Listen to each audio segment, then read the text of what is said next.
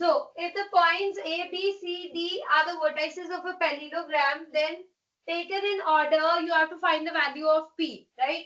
तो अगर आप इसमें डायग्राम नहीं भी बनाएंगे तो भी चलेगा, बट मैं हमेशा रिकमेंड करती हूँ कि आप डायग्राम बनाएं ताकि आपको खुद को क्वेश्चन अच्छे से समझ में आए कि क्या दिया हुआ है और क्या निकालना है, ठीक है। तो आपने कोऑर्डिनेट्स बनाए ए बी सी डी, आपने ए का वर्टेक्स लिख दिया 6,1, बी का है 8,2 और सी का है 9,4 और डी का आपका है P,3, जो कि आपको P की वैल्यू निकालनी है। ये पैरेललोग्राम दिया हुआ है कि दिस इज अ पैरेललोग्राम, ठीक है। तो आप यहाँ पे लिखेंगे कि diagonals of parallelogram bisect each other, ये हमें पता है। तो आप ऐसे स्टार्ट कर सकते हैं as diagonals of parallelogram bisect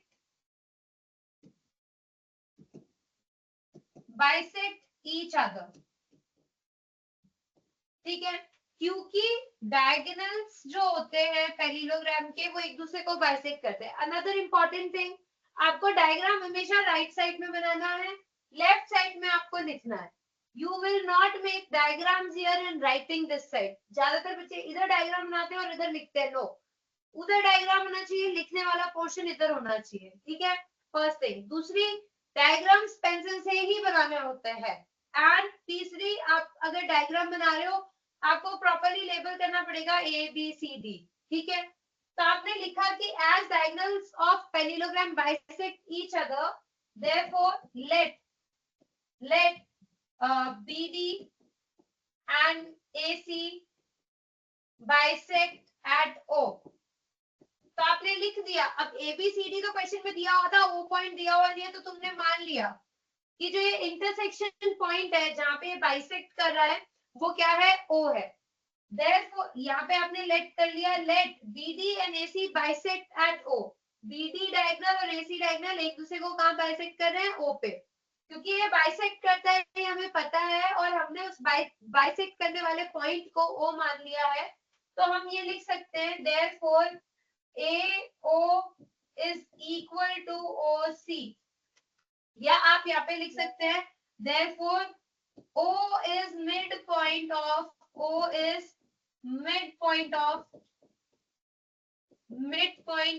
AC। O जो है AC का मिड पॉइंट है, ठीक है। तो using mid point theorem, using mid point theorem हम A के O के कोऑर्डिनेट्स निकाल सकते हैं। मिड पॉइंट थ्योरम या mid point formula, not theorem, I should write mid point formula.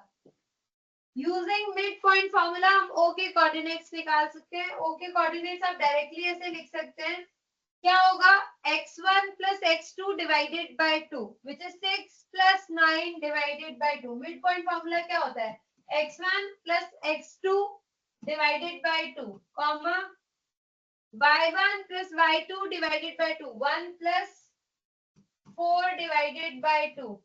तो आप यहाँ से लिख सकते हैं this is equal to, O के कोऑर्डिनेट्स कितने हैं, 9 plus 6 15 by 2 comma 5 by 2। ये आपके O के कोऑर्डिनेट्स आ गए, ठीक है। ये हमारा O पॉइंट आ गया। Now you will write, now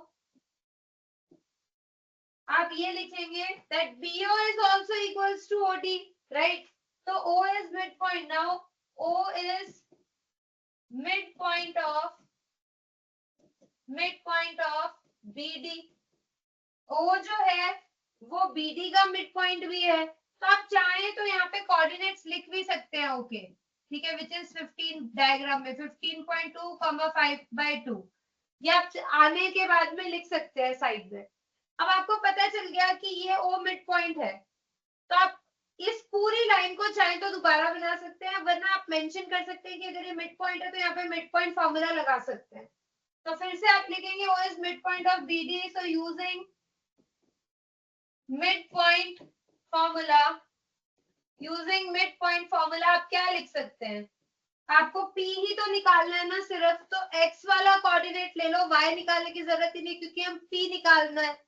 तो आप लिख सकते हैं P plus 8 divided by 2 x वाला, therefore p plus 8 divided by 2, ये p है, ये 8 है, x1 plus x2 divided by 2 should be equals to 15 by 2, ये मिड पॉइंट पे होना चाहिए, तो हम लिखेंगे p plus 8 divided by 2 is equals to 15 by 2, therefore अगर वो मिड पॉइंट है तो using mid point formula p plus 8 divided by 2 equals to 15 by 2 यहाँ से कट गया, तो p की वैल्यू कितनी आई 15 minus 8 which is equals to implies p is equals to 7, जो कि हमसे पूछी थी कि p की वैल्यू क्या आएगी, द वैल्यू ऑफ p।